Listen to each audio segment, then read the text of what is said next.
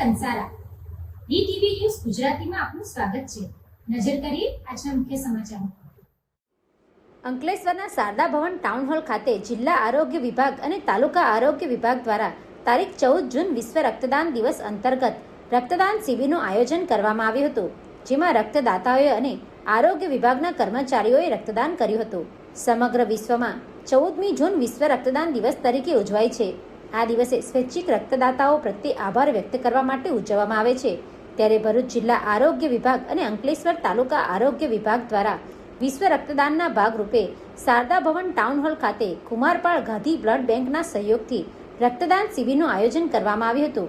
રક્તદાન શિબિરમાં સ્વૈચ્છિક રક્તદાતાઓએ અને અંકલેશ્વર તાલુકા આરોગ્ય વિભાગ તથા અર્બન હેલ્થ સેન્ટરના તબીબો સહિત કર્મચારીઓએ રક્તદાન કર્યું હતું।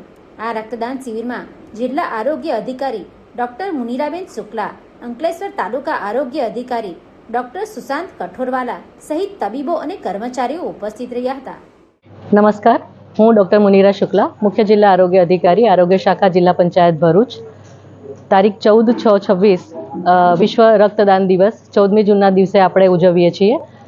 એ દિવસના ભાગરૂપે આજે મા શારદા હોલ અંકલેશ્વર ખાતે આપણે મોટા રક્તદાન કેમ્પનું આયોજન કર્યું છે, જે કુમારપાલ રક્ત બેંકના સહયોગથી આનું આયોજન કરવામાં આવ્યું છે। આ કેમ્પમાં આજે આરોગ્ય શાખાના અધિકારીશ્રીઓ, તબીબીઓ અને કર્મચારીઓએ મોટા પ્રમાણમાં ભાગ લીધેલ છે। જે સ્વૈચ્છિક રક્તદાતાઓ છે એમણે પણ આ પ્રોગ્રામમાં ભાગ લઈ અને રક્તદાન કરેલ છે। સાથે આરોગ્ય સિવાયના બીજા ડિપાર્ટમેન્ટના લોકોએ પણ રક્તદાન કર્યું છે। સવારે 9 વાગ્યાથી આ પ્રોગ્રામ શરૂ થયો છે, જેમાં અત્યાર સુધી લગભગ 30 જેવા રક્તદાન થઈ ગયા છે। આશા છે કે આપણે 50ની ઉપર પણ રક્તદાન કરી દઈશું। આભાર। Pintu Modi, DTV news, Ankleshwar.